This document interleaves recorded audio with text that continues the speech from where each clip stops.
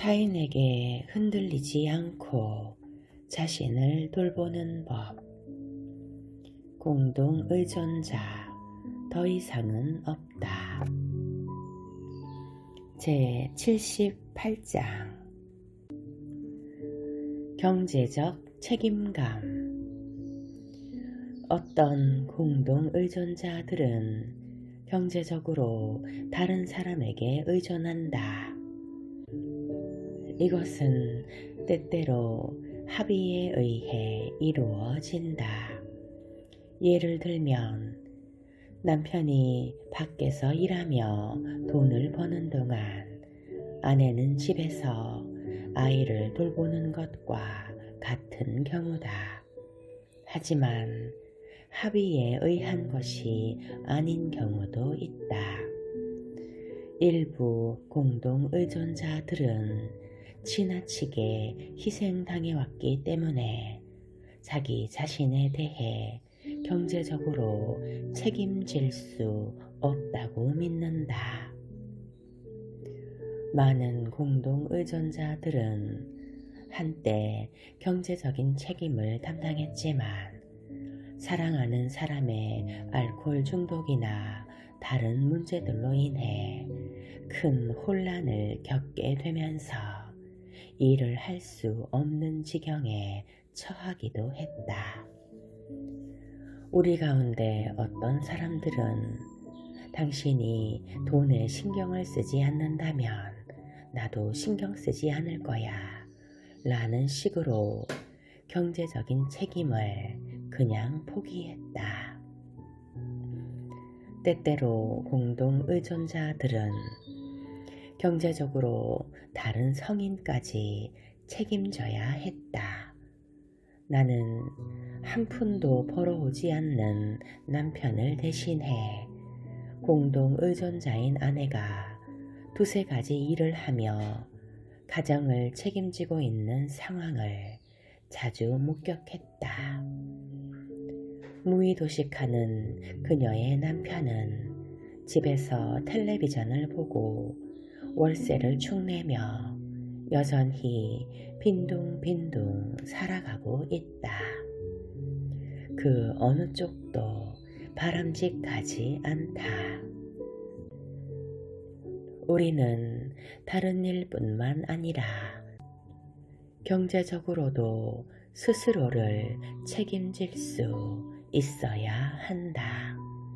그렇다고 경제적인 책임을 지기 위해 가정주부가 직장에 나가 일해야 한다는 그런 의미는 아니다.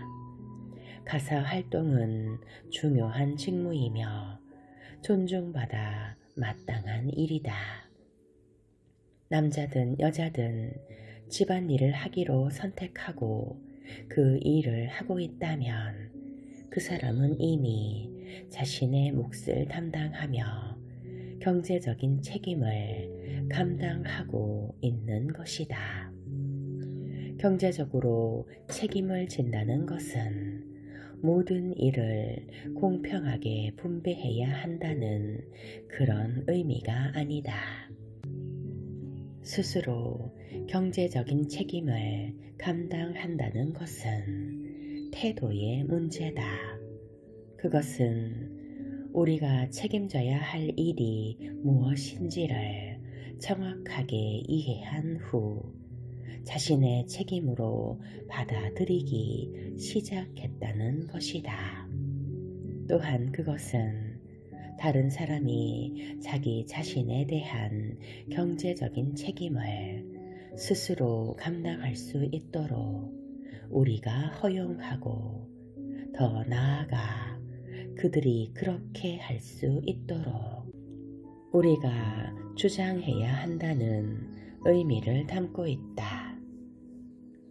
경제적인 책임을 진다는 것은 자신이 경제적으로 책임져야 하는 모든 영역에 대해 익숙해지는 것, 그리고 누가 무슨 역할을 담당해야 할지를 결정하는 것들을 포함한다.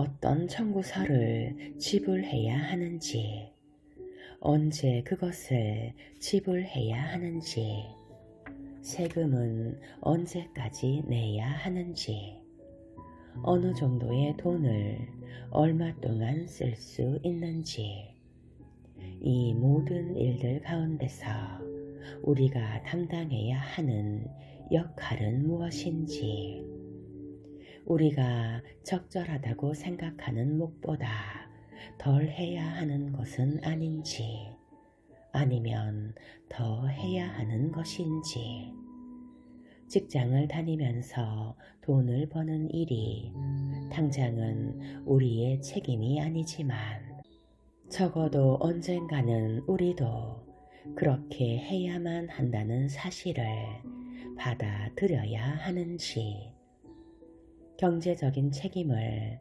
스스로 져야 할 필요가 있다고 느끼는지, 아니면 그러한 생각이 자신을 두렵게 만드는지, 우리의 주변 사람이 자신의 경제적인 책임을 적절하게 스스로 잘 감당하고 있는지, 혹은 우리가 그것을 대신해 주고 있는 것은 아닌지.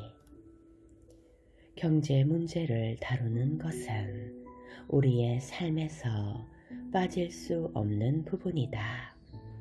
돈을 버는 것, 융자를 갚는 것, 그리고 경제적으로 책임감을 느끼는 것은 모두 우리 자신을 돌보는 일이다. 배우자를 통제하기 위해 직장을 그만두었거나 자신의 삶을 다른 사람에게 초점을 맞추어 왔거나 그동안 자신의 경력을 쌓는 일을 무시해 왔던 공동 의존자는 저임금의 직장에 다니거나 시간제 근무를 하면서라도 돈을 번다는 것이 자신의 자존감에 얼마나 큰 영향을 미치는지를 깨달아 알고 있다.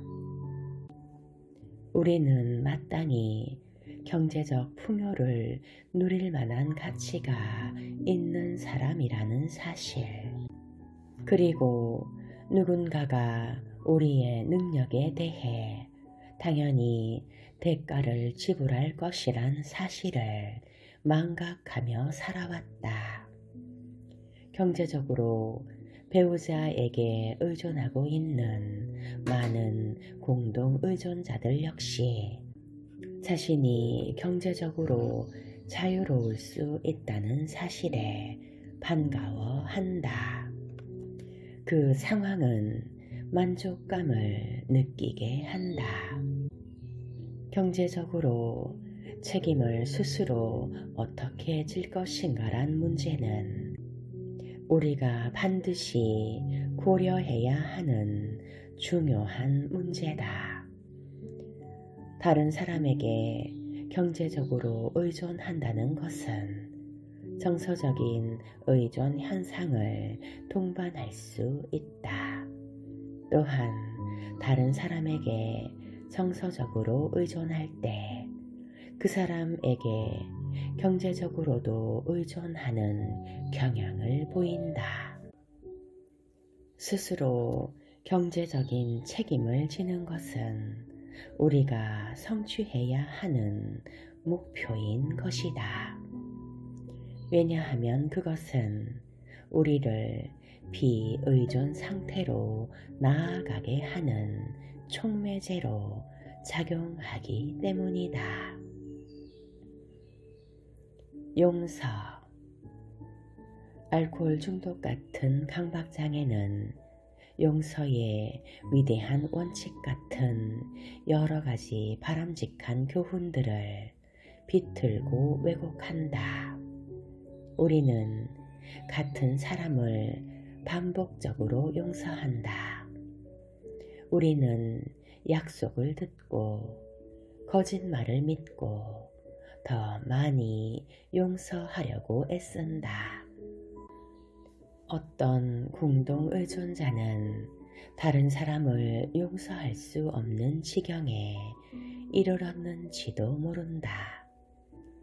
어떤 공동 의존자는 용서가 자신을 더 약하게 만들어 상처를 덧나게 해서 용서가 일으키는 더 큰 고통을 도저히 참아낼 수 없다고 생각하기 때문에 용서하려고 하지 않을 수 있다.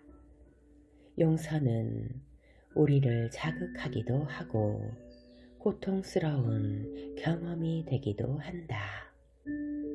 어떤 공동 의존자는 다른 사람을 용서하려고 진정으로 노력하고 있는지도 모른다. 어떤 공동 의존자는 스스로 용서했다 생각하지만 상처와 분노가 마음속에 그대로 남아 있을 수 있다. 또 다른 공동 의존자는 용서해야 할 일들을 바로바로 용서하지 못한다. 문제들이 너무 빨리 진행되기 때문에 그 사이에 어떤 일들이 전개되고 있는지 우리는 거의 인식하지 못한다. 우리가 우리의 상처를 마음에 새기고 용서할게 라고 말하기 전에 또 다른 심술궂은 일이 우리에게 달려든다. 그런 다음 우리는 왜 당신은 그냥 용서하고 잊어버릴 수가 없는 거지? 라는 누군가의 질문을 받고 죄책감을 느낀다. 알코올 중독과 강박장애라는 질병에 대해 잘 알지 못하는 사람은 종종 그런 질문들을 우리에게 던진다. 그런데 많은 사람들의 경우에 잊는다고 문제가 잊히지 않는다. 용서하고 망각하는 것은 우리 내면의 부정이란 방어 기제를 강화한다. 우리는 무엇을 용서해야 하는지, 무엇을 우리의 기억에서 지워야 하는지, 여전히 우리에게 무엇이 문제가 되는지에 대해 생각해 보고 기억하고 이해함으로써 필요한 결정들을 내릴 필요가 있다.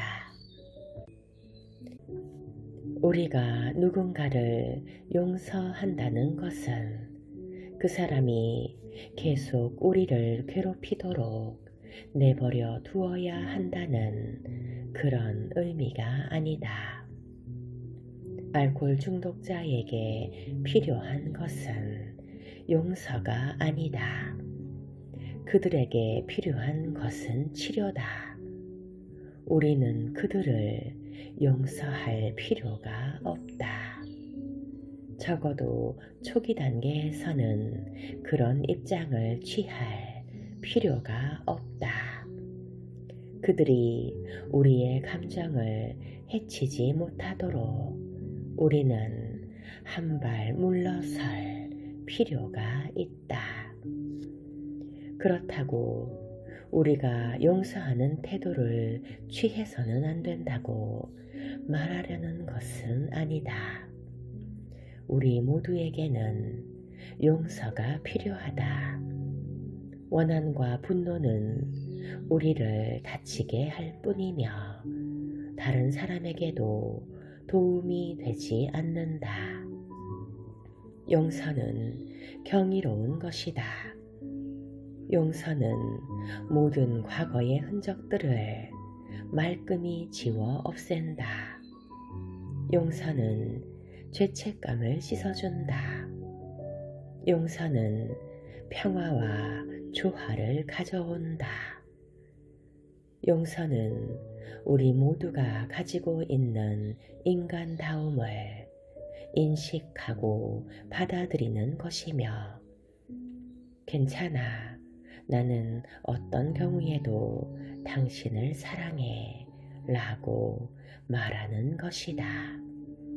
그러나 나는 공동의존자가 다른 사람을 용서하려고 하기에 앞서 먼저 자기 자신에게 관대해지고 자신을 사랑하고 용서해야 한다고 믿는다. 공동의존자는 누군가를 용서하려고 할 때 그것을 언제, 어떻게, 왜 해야 하는지에 대해 깊게 생각할 필요가 있다.